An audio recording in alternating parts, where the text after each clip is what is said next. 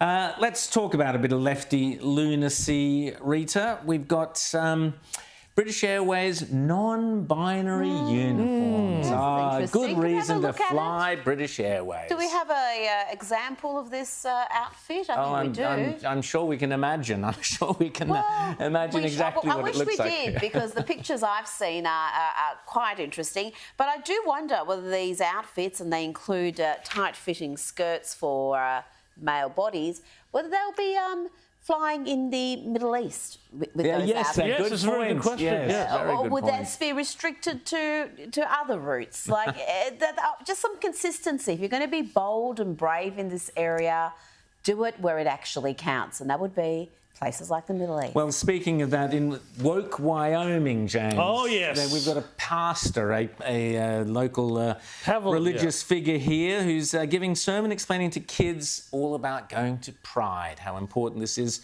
from a religious point of view, I guess. Let's have a look at this particular bit of footage. I think it's the glitter that makes the Pride Parade like heaven, like pearly gates and streets of gold.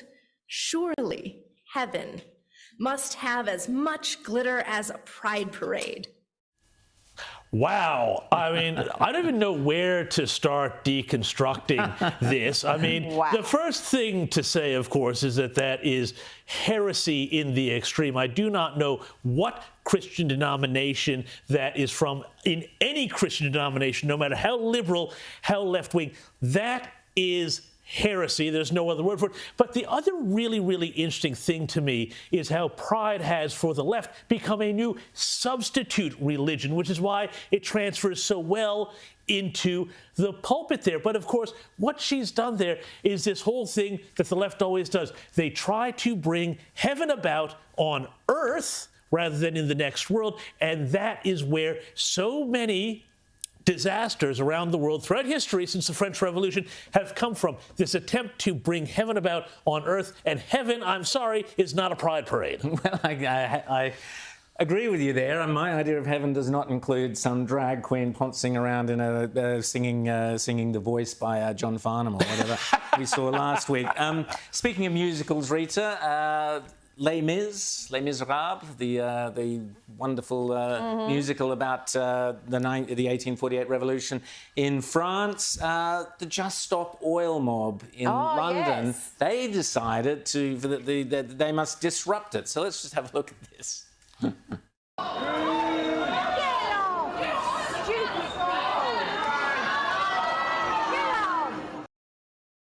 Well, yeah, that's just brave and stunning work. But if you would listen, because these people are given a platform repeatedly by the British media, a very soft platform. They're not asked any difficult questions. They said that they're essentially saving the world. One of their representatives went on, I think it was Sky News UK, and essentially cried on air and said, you know, we are saving the world from boiling. These people are insane. They are routinely breaking the law. They actually are quite open about their plans to break the law in the future, and yet the British Constabulary are not taking any action. They're raiding Lawrence Fox's joint. Yep. But what about these habitual lawbreakers who are, you know, blocking roadways, interfering with hard work? They're not blocking roadways. They're going to the West End. It costs 200 quid, about $500 to buy a ticket to see Les Mis. You're sitting there. These are not people. You know, these are the lovies who would be all quiet. They're the equivalent of the teal. So why are you protesting them? And why are you destroying the actors' careers? But Rowan, Rita, here's the thing. You know, there is a direct, not a dotted line, but a direct line between that Wyoming pastor we saw and the behavior of Just Stop Oil, because in both cases, they see the exact same thing. It is their role to break whatever rule they can to bring about their particular idea of paradise, whether it's pride or decarbonization and making us all live in yurts. You know, it's the same thing. It is, and it's this religious-like zealotry that they have, so they feel like laws don't apply to them because their cause is bigger than the law. Their cause is going to save humanity. I mean, we've got to stop giving a platform to these people who are either, I don't know, liars or mentally unstable. Well, and I would mentally suggest unstable. perhaps They're mentally maybe it's a bit of unstable. both. Yeah. But this is also, this is also why, we see it with the Voice campaign. We talked earlier in the show about how, there's shenanigans and all sorts of things going on. And again, it's because people who feel that they're on the right side of history can do whatever they like. This is the same mentality. And that's why I was so upset with the Australian Electoral Commission being so reckless in posting that comment about, we can't really stop you from voting more than once. The vote's going to count. But then they said, that hardly ever happens. It's only when people are mentally deranged or have some sort of mental health issue that's happened.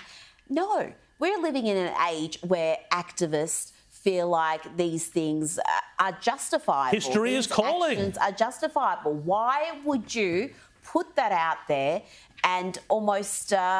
I just think it was so reckless, and we've got to have a look at the Australian Electoral Commission after this referendum. Because if the coalition government gets in at the next election, which I hope they will, they've got to immediately put the ABC onto a subscription model and start ripping through all these organisations like the AEC, chop them off at the head, get rid of the clowns who've been running them, and sort them out.